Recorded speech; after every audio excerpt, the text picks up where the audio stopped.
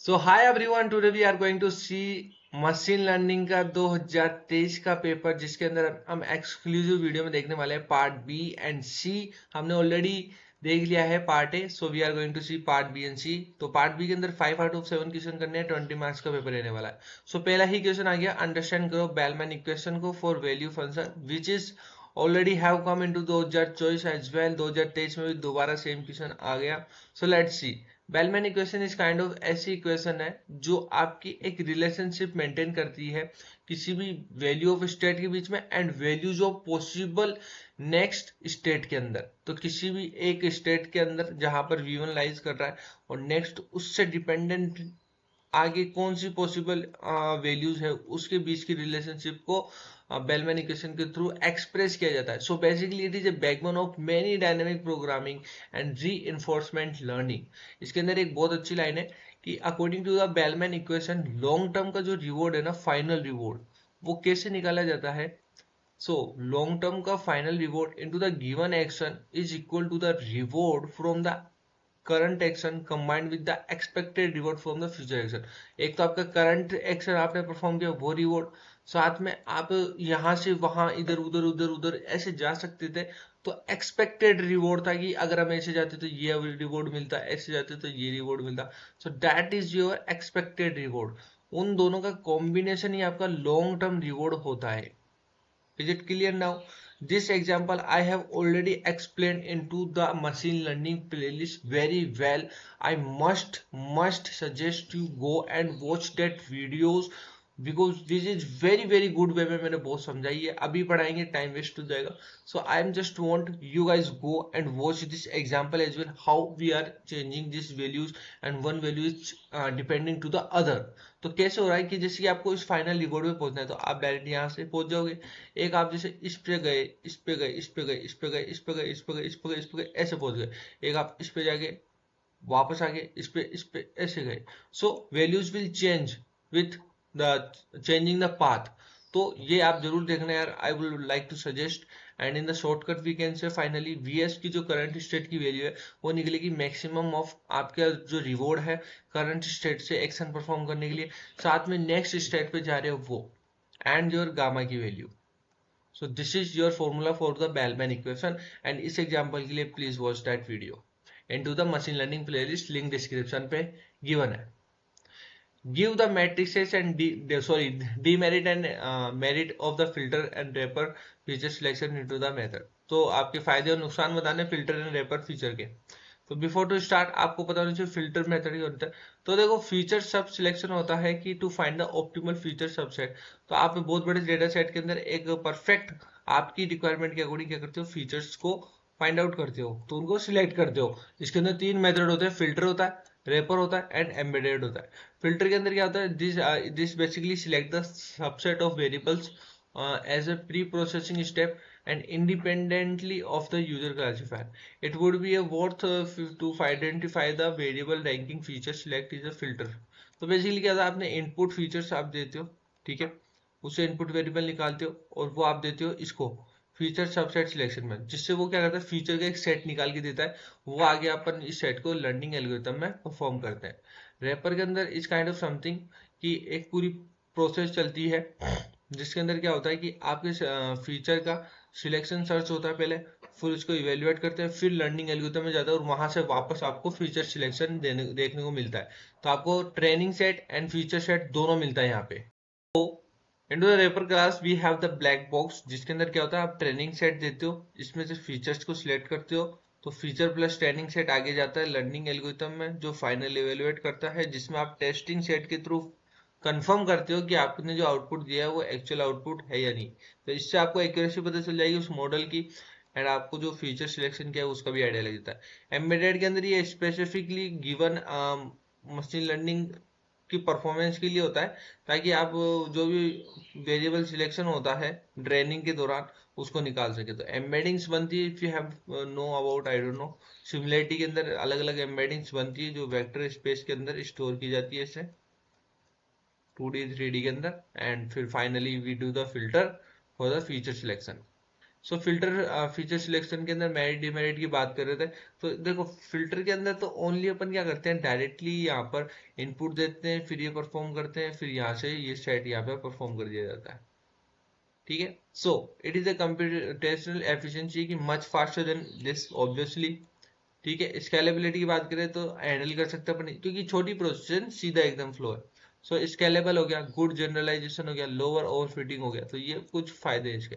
नुकसान है कि नो क्लासिफायर इंटरेक्शन होता है, it select the features without considering how they affect the model performance. तो आप कोई ट्रेनिंग डेटा सेट तो देते नहीं हो, बस डायरेक्ट फीचर सेट निकाला और आगे ट्रांसफर कर देते हो लर्निंग मॉडल्स में।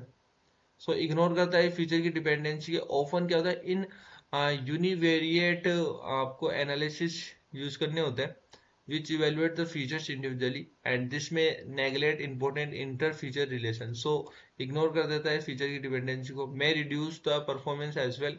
सो the can result in the suboptimal feature subsets for certain model, कुछ मॉडल्स के लिए only, due to its simplistic approach. इसके कारण भी ये चीजें होती है। जहाँ फायदे हैं नुकसान भी है, सिंपल चीज थी, कोई हार्ड नहीं था ये।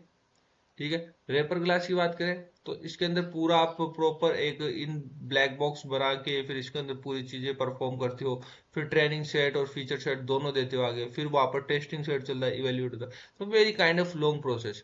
तो इसमें एक मॉडल बेस्ड इवेल्यूएशन हो गया, कंप्रेसिव सर्च होगा आपका, एक बात है क्लियर सर्च आएगा, कंसीडर करता है सारी डिपेंडेंसी को और बेटर एक्यूरेसी है। हाई कंप्यूटेशन कॉस्ट लगेगी, लॉन्गर एग्जीक्यूशन टाइम होगा, ओवरफिटिंग के रिस्क रहेंगे। ठीक है, एंड स्केलेबिलिटी के इशू भी रहने वाले हैं, क्योंकि हाई डायमेंशनलिटी डेटा के अंदर इनफिजिबल हो सकता है वो, एंड क्लासिफाइड डिपेंडेंसी भी देखने को मिलती है। So feature subset selected may not generalise well across to different model, this can happen only into the wrapper feature. So now we are going to discuss about the frequent pattern, support and confidence of association rule with the example. We have already this video into the channel as well. You can just go the playlist and देख सकते हो आप वहां पर भी, यहाँ पर भी देख लेते हैं अपन, कोई दिक्कत वाली बात नहीं है। तो frequent pattern is nothing, it is a combination or set of item that appear frequently together into the transition data set. बार बार आ रहे हैं, वो combination of set। ठीक है, तो आइडेंटिफाई करना है ऐसे सच पैटर्न्स को जो आपके स्ट्रॉन्ग एसोसिएशन या कोरिलेशन किसी भी आइटम्स के बीच में हो, उनको अपन को आइडेंटिफाई करना है। This form basically for the task like market basket का एनालिसिस, क्लस्टरिंग या क्लासिफिकेशन में काम आता है। Support is directly proportional to the transaction into the database that contain a particular item set is your support. Okay, support is nothing professional to the transition into the dataset that contain a particular item set. So basically it helps in identifying how frequently an item appear. Support की value frequency of a, b upon n total के अंदर। ठीक है, और confidence होता है frequency a, b upon में frequency a. Okay, so how we can evaluate the associate A equal to D होता है। तो जैसे कि आप फॉर एग्जांपल आपके पास ट्रांजेक्शन है T1 T2 T3 T4 T5, जिसके अंदर आइटम परचेज किए मैंने T1 में A B A C D A B D A D E and B सी।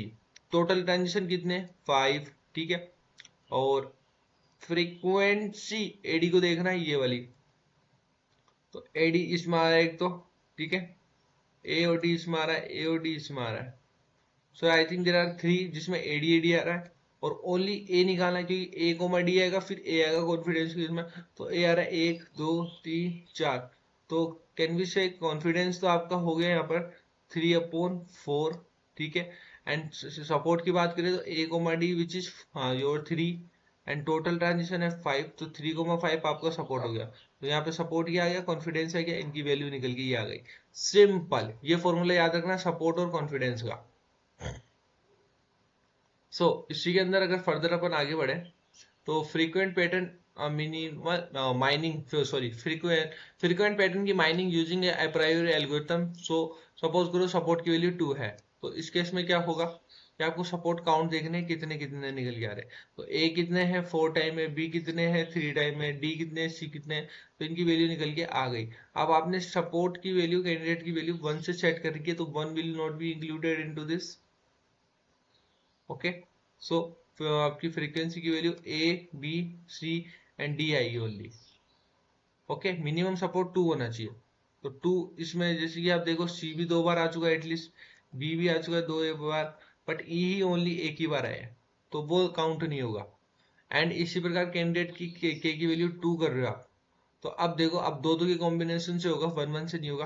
तो जैसे A comma B, A comma C, A comma D, ठीक है, A comma B, A comma D, A D, A comma E, B comma C. So ऐसे अलग अलग combination बन रहे हैं इनके, और कौन कौन कितनी कितनी बार है वैसे आप वैल्यू निकालोगे तो आपको पता चलेगा B comma D is equal to 1, so will not be included into this. So frequency की के की value like this we can say, ये कॉम्बिनेशन लाई करते हैं। सेट 3 कर दो इसमें, ए बी सी, ये जो भी कॉम्बिनेशन बनता है आपके, तो दो वैल्यू आ गई। जो जिसकी 1 है उसको इंक्लूड नहीं किया, जैसे आप या तो इसको लिखो ही मत, जैसे कि इसको लिखो ही मत, तो आपको डायरेक्ट वैल्यू मिल जाएगी। Same for this, so lesson 2 है, so you will not get anything into this. Association rule mining में हमें पता चला कि मिनिमम कॉन्फिडेंस 50% निकल गया है। How we can say, so we can say, so I would like to suggest the association rule mining की एक वीडियो अवेलेबल है हमारे चैनल के ऊपर, go and watch it out, you will more deeply explain how we this do classified and qualified. तो 50% कैसे निकल गया, और I will directly show you कैसे आप निकाल सकते हो। तो this is the playlist of machine learning, जिसके अंदर आप स्क्रॉल डाउन करो and you will get every each and every video of this related to this. Okay, let's come back to the point. So this is all about the association rule mining and feature frequency patterns and all. So now we will see कुछ आपको इसमें question पूछा है कि explain the following respect to the multi-layer network। तो एक तो इसमें वेट्स एंड बायस के बारे में पूछा है मल्टी लेयर में, जैसे कि इनपुट लेयर होती है, फिर हिडन लेयर होती है, फिर आपकी वो आगे फाइनल आउटपुट लेयर होती है। तो इनके बीच में काफी आपस में क्रॉस व्रोस चलता है मल्टी लेयर्स में, जैसे मल्टीपल है तो मल्टीपल होगा ऑब्वियसली, हिडन लेयर से बहुत ज्यादा होगी, 1 या 2 होगी, मोर देन 1 होगी। तो इसके अंदर वेट्स होते हैं और बायस होते हैं। बायस तो आपकी बेसिकली की एक्स्ट्रा वो होती है एरर या एड ऑन, जो आपके डिजायर आउटपुट और एक्चुअल आउटपुट में फर्क होता है, वो बायस होता है। वेट आपका कि किसी एक से दूसरी लेयर में जाने में कितना वेट आपको लगा। Okay, so these are the parameters that define how input data flows and gets transformed in through the layer. कैसे एक layer से दूसरी layer जाता है. So weight basically represent करता है strength of the connection between two neurons, right, and control how much influence the input has on the output. तो एक ये चीज है कि एक input से आप hidden layer की ओर जा रहे हो, तो कितना वो एक लाई करता है, उस पर एक weight होता है. Bias is kind of extra parameter जो एडेड होता है कि output of each neuron before activation function होता है। सो बेसिकली इनपुट इज एक बेस्ट एक्यूरेट, अगर अपन बात करें तो इसकी वैल्यू 0 नीचे, लेकिन स्टिल कुछ वैल्यू निकल के आती है। So that is helps to identify the actual output between the predicted output. And की वैल्यू की फॉरवर्ड प्रोपेगेशन होता है, बैकवर्ड प्रोपेगेशन होता है। तो data move layer by layer and transform by weight and bias. Errors are propagated backward to update weights and bias for learning। तो जैसे कि फॉरवर्ड के अंदर तो आप क्या करते हो, डेटा एक लेयर से दूसरी लेयर में मूव करते हो एंड आपके वेट्स एंड बायस के द्वारा उसको ट्रांसफॉर्म किया जाता है एक लेयर से दूसरी लेयर। लेकिन आप बैकवर्ड प्रोपेगेशन करते हो तो आप क्या करते हो, एक्चुअली उस एरर को निकालने के लिए उल्टा चलते हो। तो आप क्या करते हो, उस वेट्स को अपडेट करते हो चलते हो। इसके ऊपर अपन एक न्यूमेरिकल भी बना रखा है, अब वीडियो अवेलेबल है। And if you go to the uses of activation function, तो एक्टिवेशन फंक्शन आर समथिंग जो आपके न्यूरल नेटवर्क के अंदर नॉन लीनियरिटी को इंट्रोड्यूस करते हैं। So allowing the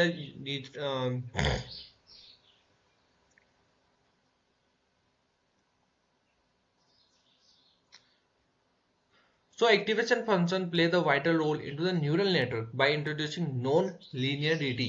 So allowing the networks to learn the complex pattern, we use the activation function. So functions of this like non-linear, enable deep learning, gradient flow. इसके अंदर कुछ sigma, tan, ReLU, Leaky ReLU, soft max होते हैं, इनकी range यहाँ पर given है। And features है कि smooth but prone the vanishing, सबके अपने अपने अपने अपने अपने थोड़े थोड़े फीचर्स हैं। And kind of activation functions में ये types we can say activation functions के। If we go for further into this, तो फीड फॉरवर्ड पास होता है, इंट्रोड्यूसिंग द नॉन लीनियरिटी होती है, और एक होती है gradient propagation and back propagation. So during the feed forward, तो इसके अंदर क्या होता है, एक लेयर से दूसरी लेयर्स में आप जा रहे हो, ओके, एक लेयर से दूसरी लेयर्स में आप जा रहे हो, सपोज करो, तो ये इस तरफ से एरो होता है, फाइनली सिंगल के ऊपर ही जाता है, लेयर बाय लेयर परफॉर्म होते हैं, ठीक है। Okay, got it. इसका फॉर्मूला लीनियर ट्रांसफॉर्मेशन वो होता है Z equal to W X plus V, weight, फिर वो इनपुट वाला, प्लस में आपका बायस, एंड फिर इसका एक्टिवेशन फंक्शन निकालते हैं अपन इसके थ्रू, सिग्मा के थ्रू, ठीक है। So this is your activation function. Okay, sigma is your activation function, output और one layer become to the input of next layer. तो यहाँ से जो निकला है वो आगे जाके किसी का इनपुट बनेगा, और यहाँ से जो आउटपुट निकला वो आगे जाके किसी का क्या बनेगा, इनपुट बनेगा। And explain the non linearity, तो एक्टिवेशन फंक्शन इंजेस्ट करता है नॉन लीनियरिटी को, usually for solving the real life problems involving non linear relationships, ठीक है, जो लीनियर ना हो, हायरार्किकल फॉर्म में हो, ठीक है। So without them, neural network become the simpler linear model, regardless of number of layers and this. So we introduce the non-linearity. So basically, complex problems and real-world problems के लिए we have to go with this. This limit the network's ability to model complex data patterns. So a composition of the linear function is listed as linear function. A composition of linear function is a linear function. Okay, which is not a non-linear. So this limit the network ability to model complex data patterns. Gradient propagation and back propagation, activation function क्या करता है कि gradients कैसे flow कर रहा है back propagation में, कि एक लेयर से आप वापस आउटपुट से इनपुट लेयर की ओर जा रहे हो, बीच में हिडन लेयर है, खूब सारी वेटेड्स एंड बायस को चेंज किया जा रहा है। तो बैक प्रोपेगेशन में हाउ ग्रेडियंट्स को फ्लो किया जा रहा है, जिसमें आप क्या करते हो, इस तरह की वैल्यूज निकालते हो, अगर आपको याद है, differentiation of this and activation function. Okay, so the process of weight adjustment based on the error, तो आपकी वेट्स का एडजस्टमेंट होता है, एंड सिग्मोइड या tan h फंक्शंस को यूज करते हैं अपन एक्टिवेशन फंक्शंस को, ताकि वेनिश कर सके ग्रेडियंट्स को, जो आपके लर्निंग फ्लो, ये सिंपल थिंग्स है। या कुछ ऐसे फंक्शन RELU यूज करते हैं जो आपके एलिवेट करता है bye allowing better gradient flow, specially the deep architecture में आप यूज कर रहे हो। So this is the thing into the gradient propagation and back propagation. What is the use of confusion matrix, and define all the related terms. So confusion matrix is nothing, it is a error matrix. So it is a performance matrix measurement tool used in classification problem. तो confusion matrix आपकी errors को find out करेगी, जो आपका actual था और जो आपका predicted था, ठीक है। तो उसको कंपेयर करने के लिए आपका ये एक टूल है, काइंड ऑफ मैट्रिक्स है, जिसको आप आइडेंटिफाई करते हो। So it can be computed if true labels of the test data are known. तो जैसे कि आपने एक्चुअल वैल्यू आपकी 9 थी और आपने प्रिडिक्टेड भी 9 करी, तो ट्रू नेगेटिव हो गए। और आपने एक्चुअल वैल्यू आपकी यस थी बट प्रिडिक्टेड आपने 9 कर दिया, तो ये फॉल्स नेगेटिव हो गया। प्रिडिक्टेड आपने यस करा, एक्चुअल वैल्यू 9 थी, तो फॉल्स पॉजिटिव हो गया, ठीक है। अब प्रिडिक्टेड आपने यस करा बट आपकी एक्चुअल वैल्यू भी यस थी, तो ये ट्रू पॉजिटिव हो गया। तो फॉल्स नेगेटिव, इनमें से चारों में से कुछ भी आपको पूछ लेंगे, what is false negative, what is false positive, दो दो नंबर में आ सकता है, what is false negative, what is true positive. So आप ये चीज इसमें यहाँ पर आप एक्सपेंशन कर सकते हो, जो लाइन मैंने अभी बोली वो यहाँ पर इन्होंने मेंशन कर रखी है। Uses of the confusion matrix, evaluate करता है मॉडल की परफॉर्मेंस को, एक्चुअल माइनस आपकी प्रिडिक्टेड, फिर आपको पता चलेगी कितनी एरर से क्या है। टाइप्स ऑफ एरर्स को भी आइडेंटिफाई करता है, टाइप 1 है, टाइप 2 है। और कंप्यूटेशन परफॉर्मेंस मैट्रिक्स को भी अलग like accuracy, precision, recall, F1 score, rock AUC and miss classification rate. तो इन्हीं को दोबारा से इन्होंने फर्दर डिफाइन कर दिया, what is precision, okay, what is recall, what is accuracy. So nothing. It is useful when the risk of false positive is greater than false negative. ठीक है, the number of actual positive values that model correctly predicted is referred to the recall. Accuracy, the number of ratio of number of correct predicted made by the classification to the number of predicted made by the classification. Okay, number of corrected आपके predicted prediction upon में total number of prediction made by the classification is one of the this. So दोनों का भाग लगाना, कोई accuracy निकल के आ जाएगी आपकी। F features, F score बोलते हैं, both recall and can evaluate simultaneously using the F score. So when two models have low precision but high recall, या vice versa हो कि low precision हो high recall हो, so it is hard to compare them. So to do this we use F score. Null error rate की बात करूँ तो indicate कर रहा है how frequently model is incorrect in to the conditions it always were predicted majority classes. ROC curve होता है इसी प्रकार, true positive rate false positive rates को ड्रॉ करने के लिए ग्राफ के बीच में। एरिया अंडर द कर्व होता है, so it measure the binary classification models unique potential. तो सबके अपने अपने पॉइंट्स है एंड अपने अपने थिंग्स है, लाइक मिस क्लासिफिकेशन रेट हो गई। So the ratio of the number of incorrect prediction to the number of total prediction. तो इनकरेक्ट अपॉन में टोटल, और वो क्या था, करेक्ट अपॉन में टोटल। ठीक है, करेक्ट अपॉन में टोटल कौन सा था, ये वाला था आपका एक्यूरेसी वाला, और इसी का उल्टा आपका यहाँ पर मिस क्लासिफिकेशन वाला हो गया। कोहेरेंट कापा क्या होगा, in other word a model we will have high kappa score if null rate and accuracy are significantly different. Null rate और एक्यूरेसी अगर डिफरेंट है, so that is your coherent kappa. Discuss the various type of split of the attribute into the decision tree classification algorithm। अलग अलग type of split की बात कर रहे हैं। So decision tree we all know a process of splitting attributes involves dividing the dataset into the subset based on the value of particular attribute। इसमें किसी एक नोड पे आप डिसीजन ट्री करते हो, फिर वो आगे बढ़ता है, तो कुछ पार्ट आपका सबसेट यहाँ पर डिवाइड हो गया, और आपने यस लिया तो इधर आ गया मान लो, और नो लिया तो इधर आ गया, तो कुछ सबसेट यहाँ चला गया।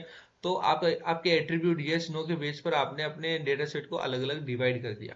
सो स्प्लिट करने के वेरियस कॉमनली है इसके अंदर टाइप्स स्प्लिट के, जो आपके डिसीजन ट्री एल्गोरिथम में है। तो एक तो बाइनरी हो गया, एक मल्टी हो गया। बाइनरी स्प्लिट करता है splits so binary splits divide the data set into the two subset based on a threshold value।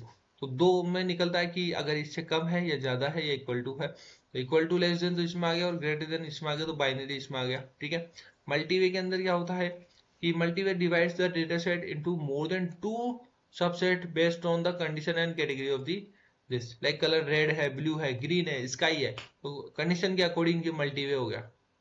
Binary split for the categorical attribute, so it means over one versus all की बात हो गई यहाँ पर। so into this discrete value आ सकती है कोई भी, so they can split be into the binary matter using the one versus all। so like category में a, b, c है, so we can go with this like कि एक के versus में ये तीनों। ओके, ऑर्डर एंड अनऑर्डर्ड लेके ordering form में आपने न्यूमेरिक में स्प्लिट कर दिया, अनऑर्डर्ड फॉर्म में कर दिया। ठीक है, split condition like equal to, non equal to. Optimal and greedy, greedy and optimal split aim to find the best possible split at each node based on the criteria of maximizing information gain या minimizing impurity.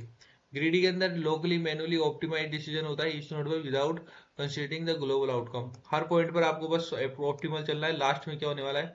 तो ये थोड़ा लालची होगा कि हर point पर अपन वो कर रहे हैं। Random split is kind of randomly आपने चूज कर लिया एट्रीब्यूट को एंड थ्रेशोल्ड को, उसके बेस पे आपने यहाँ पर इसको स्प्लिट कर दिया। So this kind of 6 split, binary, multiway, ठीक है, binary split for categorical attribute, order unordered, optimal, greedy and random।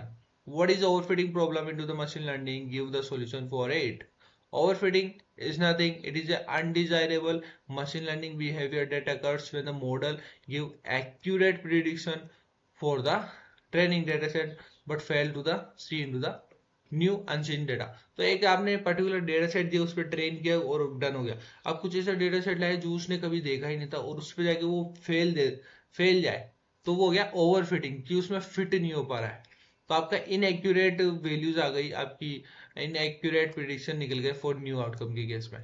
तो आपको ओवरफिटिंग अवॉइड करने के लिए क्या करना चाहिए?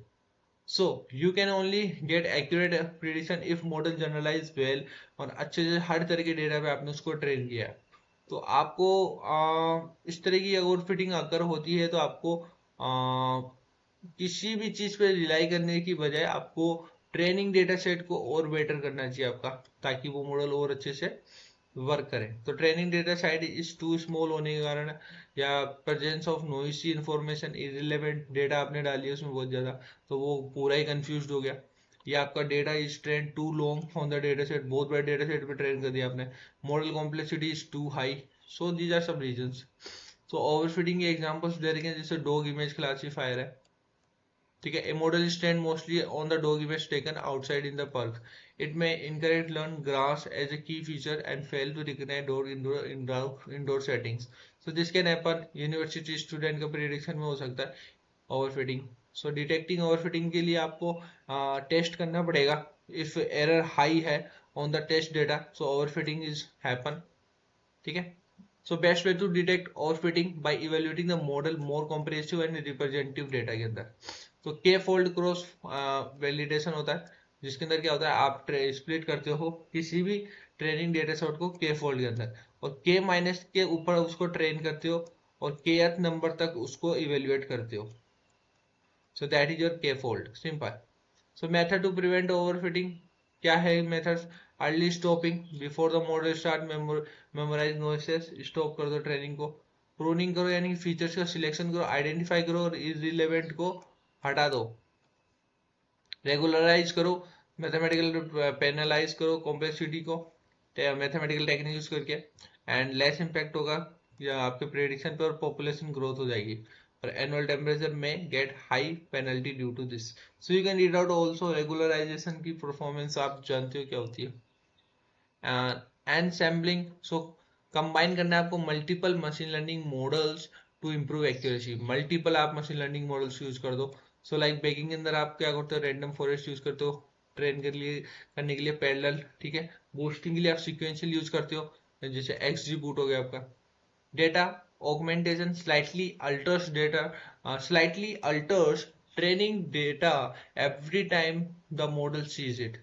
तो थोड़ा थोड़ा फ्लिप कर दो, रोटेट करो, ट्रांसलेट कर दो उसको, जिससे वो अलग अलग टाइप के डेटा सेट उसको मिल पाए ट्रेनिंग के दौरान.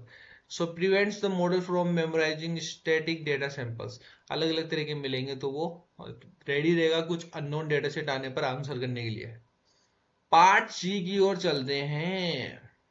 सो in this we are going to see part C 3 out of 5 question 30 marks. First question है के नियरेस्ट नेबर बताओ. आपको दो class they the C1 C2 and उसके अंदर इस तरह का पैटर्न दे दिया. तो के इक्वल टू 3 में नियरेस्ट नेबर बताओ एंड क्लासिफाई करो एक्स का इंस्टेंस कैसे लाई करेगा. तो के नियरेस्ट नेबर के बारे में पूछ रहे हैं. ऑलरेडी अवेलेबल है वीडियो, पहले बता दूं मैं आपको, प्लेलिस्ट में सारी वीडियोज अवेलेबल है.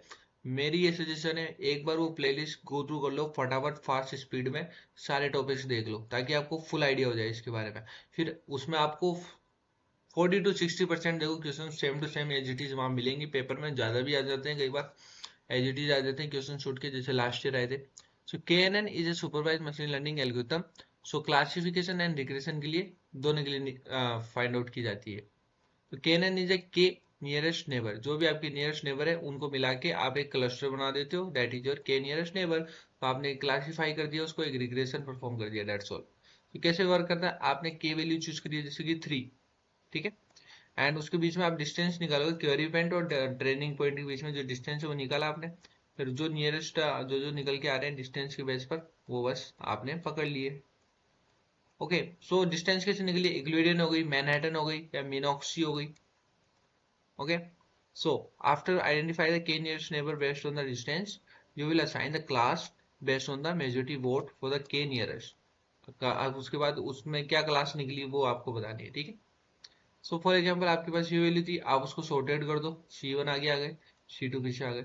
सो टॉप 3 नियरेस्ट की वैल्यू निकालोगे आप, top 3 nearest among this as compare to this, we got the answer C1 C1 C1. So majority of this and एक की वैल्यू 3, तो x आपका लाई करता है C1 के अंदर, that is the simple thing. So आप इसकी कंप्लीट वैल्यू, जिसके अंदर एक न्यूमेरिकल भी अवेलेबल है KNN का, watch that video into the playlist. Naive Bayes algorithm solve the following question. Okay.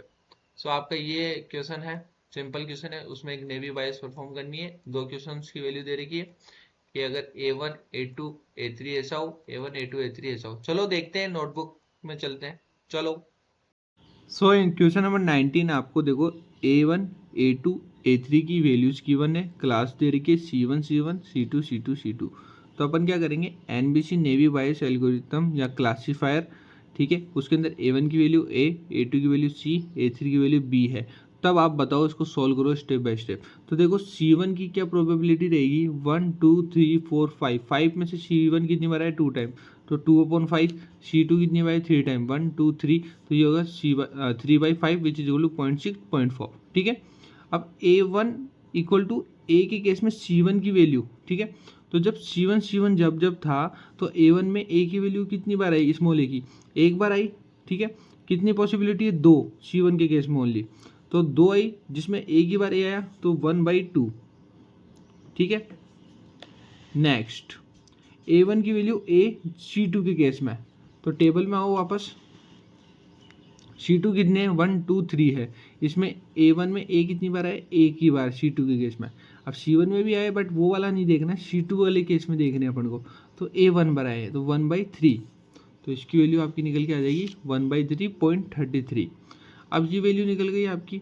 अब ये A1 इक्वल टू ए क्यों निकाला सर मैंने, क्योंकि क्वेश्चन में गिवन था A1 equal to A, A2 equal to C, A3 equal to B, तो इन दोनों की वैल्यू ऐसे ही निकलेगी, निकलेगी नहीं निकलेगी, तो देखो 1 सेकेंड, A2 की वैल्यू C, A2 की वैल्यू C, C1 C2 के केस में तो 1/2, C1 की पॉसिबिलिटी 2 है, C2 की पॉसिबिलिटी 3 है, तो अपोन में 2 आया, इधर 3 आया, C 2 बार आया है C2 के केस में और इसमें एक बार आया। अगर मैं आपको यहाँ पे दिखाऊं तो देखो A2 के केस में C एक बार आया है, C1 के केस में, और C2 के केस में C 2 बार आया है, ठीक है। ऐसे ही A3 की वैल्यू B, तो देखो C1 के केस में B एक बार भी नहीं आया तो 0 हो जाएगी उसकी वैल्यू, और C2 के केस में B एक बार आया तो 1/3 हो जाएगा, क्योंकि ये 3 है जिसमें से एक बार भी आया है तो 1/3, और इसमें कुछ भी नहीं है तो 0 हो जाएगी।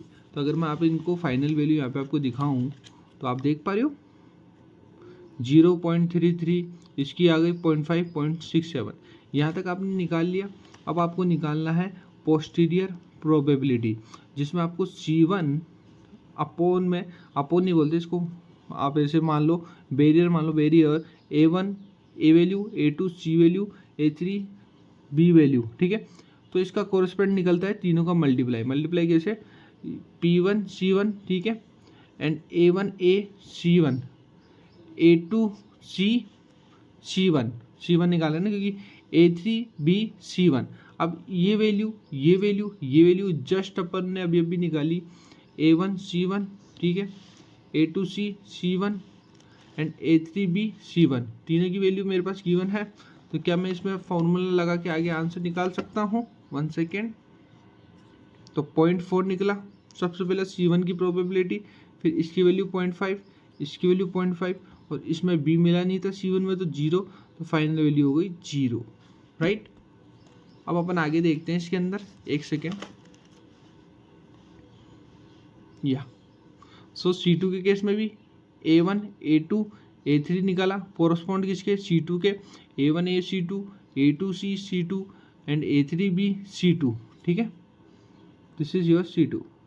सो आपने वैल्यू निकाली, अगेन 0 मिला, वैल्यू आ गई 0, तो both has 0, so no decision into the naive Bayes in this case.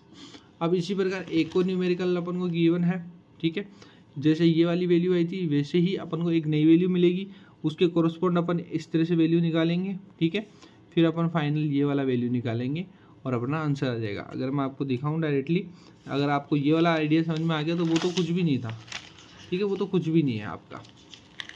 तो as you can see over here, ये वाली वैल्यू गिवन है A1 C, A2 C, A3 C, तो आपने C1 C2 निकाला, फिर आपने ये 6 की 6 वैल्यू निकाली इसमें, ठीक है, जो सिंपल है। C1 और C2 में कितनी बार आया, ये 1 टाइम आया, इसमें C कितनी बार आया C1 C2 में 1 टाइम, इसमें 2 टाइम आया, A कितनी बार आया 1 टाइम आया C1 C2 में, तो ये वैल्यू सारी निकल गई। अब वही पोस्टेरियर आपकी प्रोबेबिलिटी निकलेगी, तो C1 का ये वाला फॉर्मूला आपका रेडी है, प्रोस्पोंड करता ही है, मतलब आपके पोस्टपोन्ड है, ठीक है, विच दिस मल्टीप्लाई कर दो आपके, ये प्रोपोर्शनल है, वैल्यू निकालो, इसकी वैल्यू निकली 0.05, ठीक है, और C2 के केस में आप वैल्यू निकालो, सेम फॉर दिस, C2 की वैल्यू में निकली 0.059, और उसमें 0.050 थी, इसमें 0.059 है, तो C2 की वैल्यू ज़्यादा है, तो इसको आंसर में क्या असाइन हुआ, C2 आंसर असाइन हुआ। तो नेवी बायस क्लासीफायर से मैंने बता दिया कि C2 असाइन होगा, उसको C2 क्लासीफायर होगा, ठीक है। So now into the 20 question. FP growth algorithm बतानी है, फ्रीक्वेंसी पैटर्न बताने हैं, सब कुछ बताना। तो I have explain each and everything. Again again मैं वही एक चीज बोल रहा हूँ, प्लेलिस्ट प्लेलिस्ट प्लेलिस्ट, बिकॉज वो एक बहुत तगड़ी चीज है भाई, बहुत तगड़ी चीज है वो। प्लेलिस्ट एक बार जाओ, उसको चेक इट आउट करो अच्छे से। उसमें बहुत ऐसी सारी चीजें मैंने इंक्लूड कर दी है जो आपके पेपर को 60 to 70% इजीली क्रैक करवा सकती है अगर थ्योरेटिकल ज्यादा पेपर आए तो। एंड इवन न्यूमेरिकल क्वेश्चंस भी अवेलेबल है, लाइक एफपी ग्रोथ क्या होता है, क्या न्यूमेरिकल्स होते हैं, सब अवेलेबल है। Even last year FP growth का जो न्यूमेरिकल था वो डिट्टो का डिट्टो हमारी बताई हुई वीडियोस में से आ गया था। सो into the 20th one question, आपको क्या करना है। एक न्यूरल नेटवर्क दे रखा है जिसकी बाइनरी वैल्यू 0 से 1 के बीच में लाई करती है। थ्रेशोल्ड दे रखा है कि 0 से ज्यादा हो तो 1 होगा, अदरवाइज इक्वल टू, और बाकी सबके केस में 0 होगा। आपको A and D and process के अंदर बुलियन फंक्शन परफॉर्म करना है जिसमें वेट की वैल्यू 2 2 है और बायस 3 है। ठीक है, तो ये चीज क्लियर है क्योंकि आपके पास फॉर्मूला भी है इसके पास, like Z X plus B. तो अपन देख लेंगे अभी फॉर्मूले के थ्रू। बट एंड का फॉर्मूला ये कह रहा है कि 1 1 होता है तो ही 1 होता है। बाकी सब जैसे 1 0 0 1 0 0 सब में क्या होता है भाई, 0 ही होता है। बाकी इसके लिए 1 होता है only. So neural network design for the end function, you have this criteria and this criteria, ये तो सब पता ही है आपको। तो इसके अंदर आपके फॉर्मूला ये निकल के आया, दो वैल्यू x1 y1, तो x1 वेट 1 x1 वेट 2, तो आपकी वैल्यू यहाँ पर 2 गिवन है। वेट की तो वैल्यू ये हो जाएगी 22 की वैल्यू अप्लाई करने के बाद, और आपका ये वाला वैल्यू अपन ने निकाल ही लिया जो गिवन था। अब बस इसके अंदर 0 1 0 0 1 0 1 1 अप्लाई करो। तो आप इस तरह से अप्लाई करोगे इस फॉर्मूला के अंदर तो you will get this value. तो आपने पाया क्या, क्या पाया आपने कि इसका आउटपुट का वैल्यू अपना निकल गया है 0 0 0 1। Okay, so this is your final value. और आपने पाया कि 1 1 के केस में ही ओनली 1 आ रहा है, बाकी केस में 0 आ रहा है। So this is performing your and function. Simple, इस तरह की क्वेश्चन आप कर सकते हो इजीली। दोबारा आ जाए तो मजे आ जाए इस तरह का। Question number 22, model based in reinforcement learning and के मींस क्लस्टरिंग, दोनों ही को बहुत अच्छे से with example have explained into the playlist. So I would recommend, यहाँ पर भी वही चीज बताऊंगा, लेकिन आई वुड सजेस्ट वो आप प्लेलिस्ट को अच्छे से देखो। दोनों के दोनों क्वेश्चन शानदार है, बहुत ही जानदार है। अपन चलते हैं single leakage and complete leakage clustering algorithm with example. तो ये क्वेश्चन थोड़ा डिफरेंट है क्लस्टरिंग के अंदर फर्दर, तो देखते हैं। सिंगल लिंकेज से पहले मल्टी लिंकेज देखे हैं। तो देखो इन दोनों, मल्टी नहीं रे यार, complete complete complete linkage clustering is basically the distance between the two cluster which is defined as the maximum distance between any 2 point in two cluster, and the minimum distance is the single linkage, यानी कि nearest यानी closest points के बीच की बात हो रही है। और इसमें क्या हो रहा है, फारेस्ट दूर वाले की बात हो रही है इसमें कंप्लीट के अंदर। सो this is the difference between this. Okay, like आपके पास वैल्यू ये है ये है ये है ये आपको इक्विवेलेंट डिस्टेंस कंप्यूट करनी है। तो ए के केस में आप वैल्यू निकाल सकते हो, फॉर्मूला पता है आपको। फॉर्मूला क्या है, x2 माइनस x1 का power 2 plus y2 minus y1 का पावर 2, ऊपर अंडररूट है तो इससे आप इक्विवेलेंट डिस्टेंस की वैल्यू निकाल लो। तो ए के लिए निकालोगे तो 2,10 2,10 आ जाएगा। ये 2,10 2,10 तो ये वैल्यू निकल जाएगी। ऐसे ए बी के लिए 2,10 और 10 सॉरी 2,10 2,5 इन दोनों के लिए निकाल दोगे इस फॉर्मूले के थ्रू। तो इस तरह से आपकी सबकी वैल्यूज निकल के आ जाएगी इक्विवेलेंट डिस्टेंस के अंदर। नेक्स्ट वन, आपने देखा closest pair of the point C is distance 1.5 1.4 closest, one second, the closest pair of points C comma E is a distance 1.5, we must C comma B into the single cluster CE। तो अगर आप देखोगे इन सब में near by कौन सा है इन पांचों में है, तो you will find out C comma E has the least value 1.4 among all these। C comma E least value 1.4, C comma C ये सब तो जीरो रहने वाले हैं, पर लिस्ट वैल्यू आपने लिख ली है 1.4। तो why don't we merge CE as a single value? Getting my point? So update the distance matrix, okay, as a new cluster C and recompute the distance and we get the new value of this. So सी की value कैसे निकलेगी, आप least value pick करोगे सी में से और ई में से, जो भी इन दोनों में लिस्ट वैल्यू है वो पिक करते जाओ, दोनों में लिस्ट वैल्यू को पिक करते जाओ और वो सी बन जाएगा। अब इस सी के केस में भी ऐसे ही होगा, ठीक है, इस वाले और इस वाले सी के केस में भी लिस्ट वैल्यू को पिक करते जाओ, ठीक है, लिस्ट वैल्यू को पिक करो इन दोनों में से एंड आपकी फाइनली सी ई और ये वाली सी की वैल्यू आपको मिल जाएगी, right. So this is all about this and I believe आपने देख लिया होगा कैसे आपको करना है। सो दिस इज योर किस केस में गाइज बताओगे मेरे को, क्लोजेस्ट पेयर के केस में। और इसमें क्या होता है, कंप्लीट के केस के अंदर, कंप्लीट में वही आपका फारेस्ट निकलेगा, दो पॉइंट्स के बीच की फारेस्ट डिस्टेंस। तो आप क्या करोगे, इनिशियलाइज करोगे पॉइंट्स को, डिस्टेंस निकालोगे एंड जो स्मॉलेस्ट आपका निकला है पेयर की डिस्टेंस उसको आप मर्ज कर दोगे। जैसे सी के अंदर क्या निकला था 0.14 सबसे कम, और आपको सबसे ज्यादा वाला ढूंढना है आप इसके अंदर और उनको मर्ज कर देना है, और फिर मर्जिंग के टाइम में मैक्सिमम वैल्यू को पिक कर लेना सी और ई में से, सी जो भी आपका आएगा तो वो सेम आपका कंप्लीट लिंकेज क्लस्टरिंग में हो जाएगा।